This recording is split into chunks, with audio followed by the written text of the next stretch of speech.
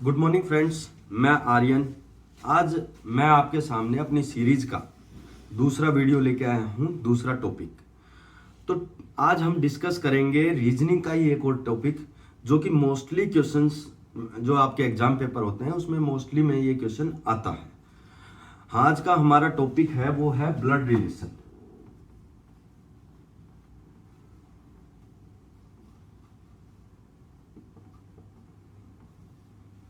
Blood relation Hindi में हम बात करें तो इसको बोलते हैं रक्त संबंध। ठीक है, अगर हमारे वैसे लाइफ ले लें तो उसमें भी इस टॉपिक का बहुत महत्व होता है, और क्वेश्चन पेपर में तो एग्जाम में तो ये इससे क्वेश्चन कंफर्म आता है।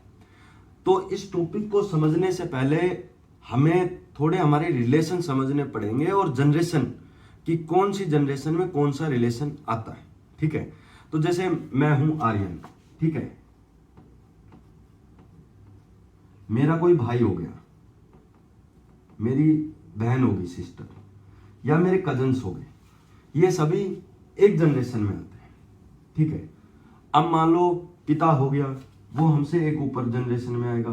पिता हो गया, माँ हो गया, चाचा हो गया, ताऊ, मामा, ये सब हमसे ऊपर के रिलेशन में आएंगे। ठीक है, अगर हमारा दादा हो गया, नाना, नानी, दादी, ठीक है, ये हमसे एक छोर दूसरे जनरेशन में। इसी तरह हमारा कोई बेटा है, बेटी है,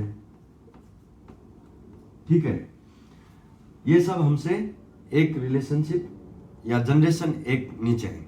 इसी प्रकार पोता, पोती, नाती, नातिन, ये सब हमसे एक छोर दूसरे जनरेशन में आएंगे। ठीक है, अभी मैं आपको इसको अच्छे से एग्जाम्पल से समझाता हूं। ठीक है, और हमको जैसे ही कोई भी क्वेश्चन आता है ना, तो हमको इसी प्रकार से एक डायग्राम टाइप बनाना होगा। उससे हम पूरे क्वेश्चन को डिकोड कर लेंगे, और जैसे ही हम क्वेश्चन को डिकोड कर लेंगे तो हमसे कोई भी क्वेश्चन का पूछा जाएगा आंसर, तो हम उसको इजीली सेकंडों के हिसाब से दे दें। बस उसके लिए करना क्या है कि हमें ब्लड रिलेशन के टॉपिक को डिकोड, जो क्वेश्चन होगा उसको डिकोड करना पड़ेगा। ठीक है, जैसे कि मैं आपको एग्जांपल से समझाता हूं, मेरा ही एग्जांपल ले लेता हूं कि मैं आर्यन, ठीक है, ठीक है, ये हमने यहां पे लिख लिया। मेरी मां संतोष, ठीक है, अब मां है तो क्या हो गया, एक जनरेशन हम ऊपर लेंगे। मैं आर्यन मेल हूं तो प्लस के निशान से हम इसको प्लस का निशान लगा देंगे। ठीक है, अभी मैंने बोला कि मेरी मां संतोष, मान लीजिए, तो मैं संतोष को एक ऊपर लेके जाऊंगा, एस से कर दिया, मां है तो माइनस। ठीक है, यानी मेल के लिए प्लस और फीमेल के लिए माइनस। अगर मेरे से एक जनरेशन ऊपर है मेरी मदर, तो मैंने उसको एक जनरेशन ऊपर कर दिया। ठीक है, संतोष के पति विकास, ठीक है, अब इनके पति हो गए तो सेम जनरेशन में हो गए, तो हम उसको सेम में ही ले लेंगे, ये आ गया विकास। ठीक है, अब इसको हम प्लस से डिनोट कर लें। अब विकास और संतोष ये पति पत्नी है, तो इसको हम डिकोड करने के लिए कि हमें बाद में कंफ्यूजन ना हो, तो हम इसको रिलेशन को इस हिसाब से डॉट कर, पति पत्नी कपल हैं, बहुत खुश हैं, चलो हमने स्माइली लगा ली। ठीक है, अभी बोला जाए कि विकास का एक बेटा प्रणव, ठीक है, तो विकास का बेटा है, एक नीचे आ गया, क्या हो गया, प्रणव को हम पी से कर लेते। ठीक है, ये भी बेटा हो गया प्लस। अब ये कपल है, ठीक है, संतोष का बेटा है आर्यन, विकास का बेटा है प्रणव, तो इसका मतलब क्या हुआ, ये दोनों भाई हो गए। ठीक है, अब बोल दिया जाए, मान लीजिए कि आर्यन की एक सिस्टर प्रगति, ठीक है, तो सिस्टर बहन होगी तो सेम जनरेशन में। अब पी मान लो दो हो गए, तो हम इसको पी आर से डिनोट कर लेते हैं। अब ये क्या हो गई, सिस्टर। ठीक है, इसको हमने माइनस कर दिया। प्रगति के दादा रवि, ठीक है, अब प्रगति के दादा हैं तो 2 जनरेशन ऊपर जाएंगे, हमने यहां पे कर दिया रवि। दादा कौन होता है? प्रगति के ये पिता हो गए, पिता का पिता, ठीक है, तो ये विकास के पिता हो गए, ये हो गया प्लस, ठीक है।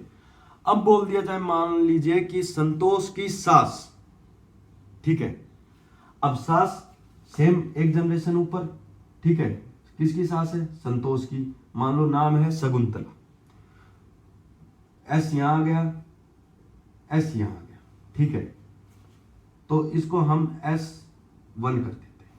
आपको जो नाम देना है आप दे सकते हो डिकोड करने, ठीक है। ये क्या है? सास, इसको हम माइनस कर दिया, ठीक है। अब विकास के पिता कौन है? रवि। विकास की पत्नी कौन है? संतोष। संतोष की सास कौन है? शकुंतला, ठीक है। तो ये दोनों भी हैप्पीली मैरिड कपल हो, ठीक है, ये हो गया। हमें हर क्वेश्चन को इस हिसाब से डिकोड कर लेना है, ठीक है। जैसे आप इसको डिकोड करेंगे आपके पास इस तरह से फिगर आ जाएगा। अब आपसे कोई भी रिलेशन का क्वेश्चन पूछा जाए इसी में से, तो आप इजीली बता देंगे। जैसे पूछ लिया जाए कि आर्यन के दादा कौन है? आर्यन की मदर फादर ये हो गए, मदर फादर के मदर फादर ये हो गए, यानी आर्यन का दादा कौन? रवि, ठीक है। प्रणव की दादी शकुंतला, ठीक है। रवि की पुत्र वधु, पुत्र कौन? विकास, उनकी वाइफ संतोष, तो पुत्र वधु संतोष, ठीक है। ये इस तरह से हमें डिकोड करना है, और जैसे ही आप इसको डिकोड करेंगे, डिकोड करने से आपके पास पूरा का पूरा डायग्राम बन जाएगा, और उस डायग्राम से आप सेकंडों के हिसाब से इसको सोल्व कर लेंगे, ठीक है। चलो अभी मैं एक एग्जांपल देके आपको बताता हूं, क्वेश्चन यहां लिखता हूं और उसके हिसाब से आपको सोल्व करना है, ठीक है ना। चलो क्वेश्चन लिखते हैं। अभी हमने एक क्वेश्चन लिया है, ठीक है। अब क्वेश्चन क्या है? ए बी की बहन है, सी डी का भाई है, यदि डी ए की बहन है तो बी डी से किस प्रकार संबंधित है, ठीक है। अभी हम इसको सोल्व करते हैं, ठीक है। ए जो है वो बी की बहन है, ए जो है वो बी की बहन, सेम जनरेशन में, ठीक है, लिख लिया हमने। ए का हमें जेंडर पता है कि वो बहन है, माइनस से डिनोट कर लिया। बी का हमें अभी पता नहीं। सी डी का भाई है, ठीक है। अब यहां सी और डी से कोई संबंधित नहीं है, अंडरलाइन थोड़ा सा कर लीजिए, ठीक है। आगे पढ़ते हैं। यदि डी ए की बहन है, जो डी है वो ए की बहन है, अब पता लग गया कि डी कौन है? डी भी ए की बहन है, यहां हमने फिर माइनस कर। अब वापस आओ, सी डी का भाई है, जो सी है वो डी का भाई है, सी आ गया, भाई है तो प्लस, ठीक है। अभी हमें सबके जेंडर पता लग गए, ओनली बी का नहीं पता लगा है, ठीक है। आगे पढ़ते हैं। अभी पूछ लिया आपसे बी, डी से किस प्रकार संबंधित है? कौन? बी डी से, इससे किस प्रकार संबंधित? अभी इसमें अगर हमें जेंडर पता होता तो हम बता देते एग्जैक्ट क्या है, लेकिन हमें बी का जेंडर नहीं पता है। चलो अभी ऑप्शन पे जाते हैं। भाई है, हो सकता है, कंफर्म नहीं है क्योंकि हमें बी का जेंडर पता नहीं है। बहन हो सकता है, लेकिन वही बात आ गई कि हमें जेंडर नहीं पता। दोनों ऑप्शन अभी हमने खत्म कर दी। थर्ड ऑप्शन भाई या बहन, हाँ बिल्कुल, क्योंकि हमें जेंडर इसका पता नहीं है, ठीक है। तो हमारा आंसर हो गया ये। चलो अभी सेकंड क्वेश्चन करते हैं।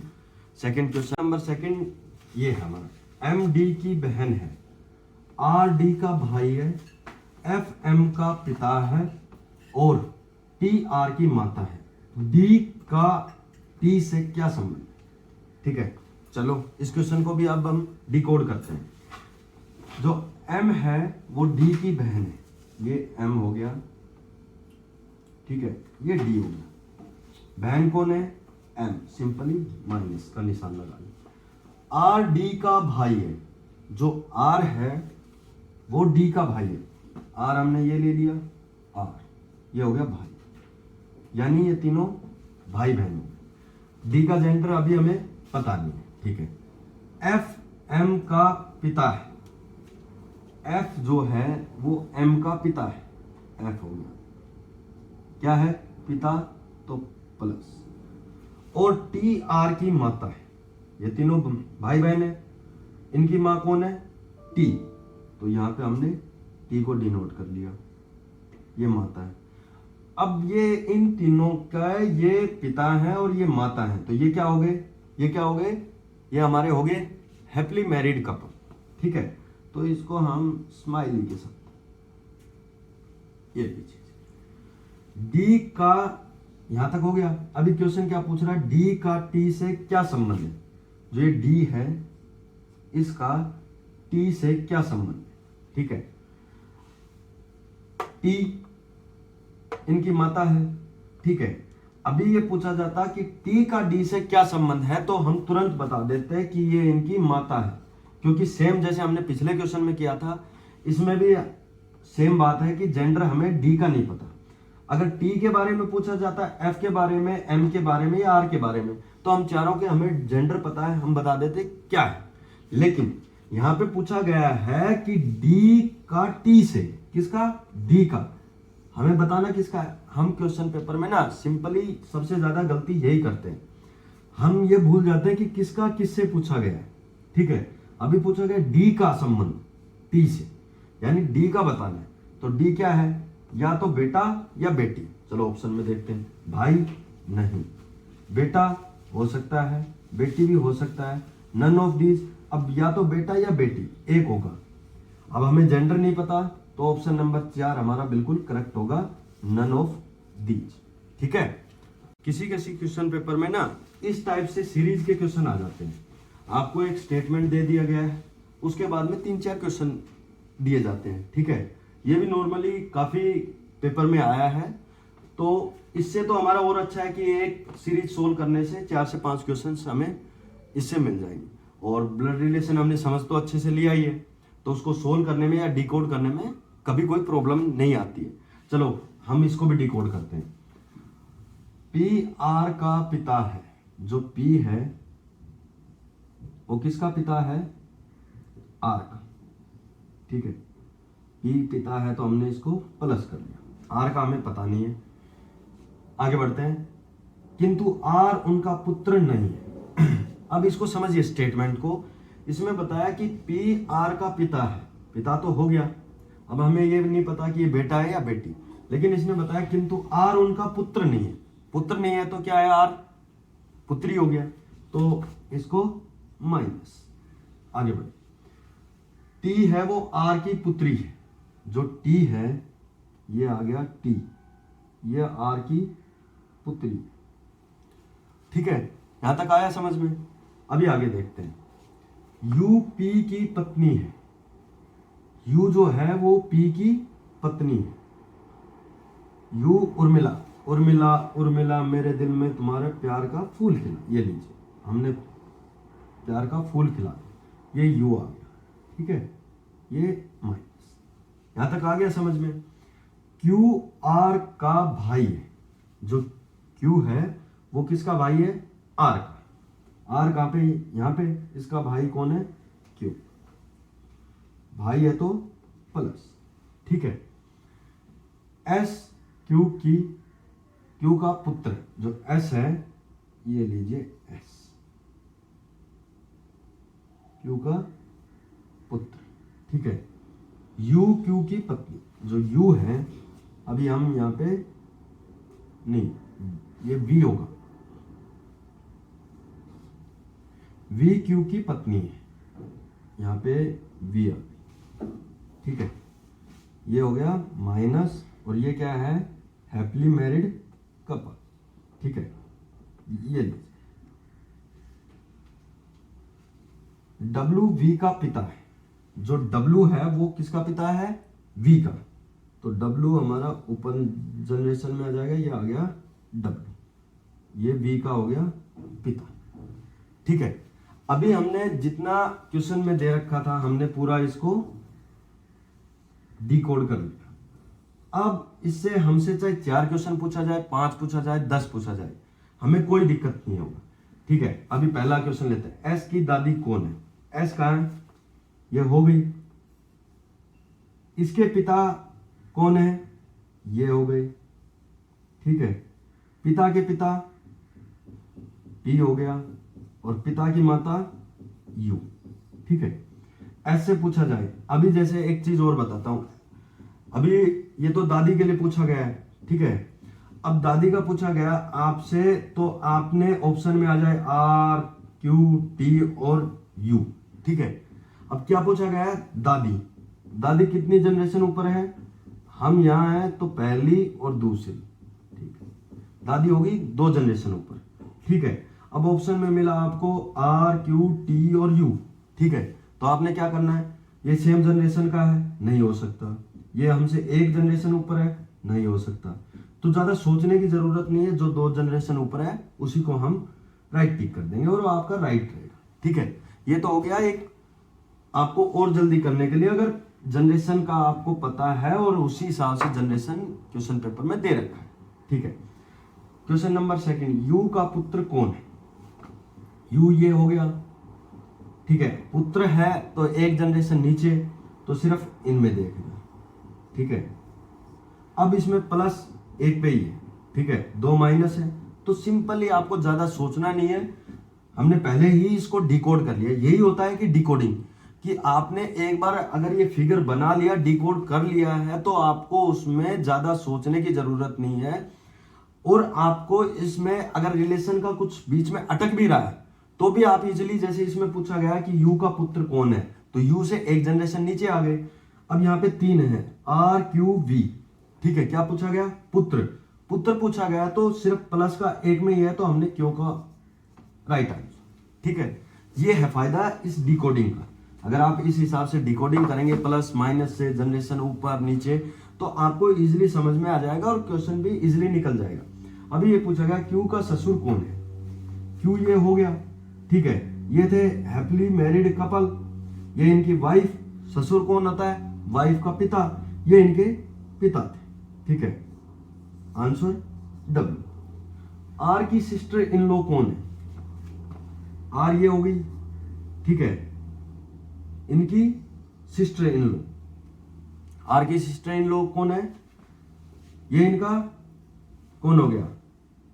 भाई। और ये इनके भाई की वाइफ, यानी आर की sister in law simply V. Sister in law आ गया तो सेम जनरेशन में आ गया। अभी हमें कोई भी ऑप्शन देखने की जरूरत नहीं है। ठीक है, पूछा गया आर की सिस्टर इन लॉ कौन है। ठीक है, ये सिस्टर इन लॉ पहली बात देखो, उसी हिसाब से डिकोड भी करें तो पहली बात सिस्टर इन लॉ यानी फीमेल कैरेक्टर। फीमेल कैरेक्टर इसमें आर तो खुद हो गई, एक मेल एक फीमेल। ठीक है, ये हो गया सिंपली। ठीक है, अब सिस्टर इन लॉ पूछा गया, ये तो इनका भाई है, बचा कौन? वी। ये सिस्टर इन लॉ गई। तो इसी हिसाब से अगर हम इनको डिकोड करते हैं तो कोई दिक्कत नहीं है। हमें डिकोड करने से कुछ नहीं, बस सिंपली इसको करते जाइए, प्रैक्टिस कीजिए। आप जितने क्वेश्चंस की आप प्रैक्टिस करेंगे, मैं पिछले वीडियो में भी बोला था, अभी भी आपको बोल रहा हूं कि आपको ऐसे क्वेश्चंस जो भी मैं करवाता जाता हूं, टॉपिक करवा रहा हूं, आप प्रीवियस ईयर के क्वेश्चंस उठाइए, चाहे वो सीपीओ के हों, सीजीएल के हों, आपके एसएससी जीडी के हों, दिल्ली पुलिस के हों, हरियाणा के कोई एग्जाम के हों। और रीजनिंग ऐसा एक सब्जेक्ट है जो आपको बिल्कुल पूरे मार्क्स दिलाएगा। अगर आप समझ गए हैं तो आपको इसमें टाइम भी नहीं लगेगा। तो रीजनिंग को एक अच्छे से लेके चलिए, आपको स्कोर रीजनिंग बहुत अच्छे से ऊपर ले जाएगा। ठीक है, हम धीरे धीरे बाकी टॉपिक्स भी क्लियर करेंगे, बाकी सब्जेक्ट भी करेंगे। ठीक है, आज घर जाके इस वीडियो को आप 5 से 7 बार देखिए, डिकोड करना सीखिए। सबसे पहला काम है आपको डिकोड करना आना चाहिए। जो स्टेटमेंट है इसको आपको डिकोड करना आना चाहिए। जैसे ही आप इसको डिकोड करना सीख गए हैं, आपको किसी भी क्वेश्चन में कोई भी प्रॉब्लम नहीं आएगी। ठीक है, तो ठीक है, मिलते हैं फिर कभी नेक्स्ट वीडियो में।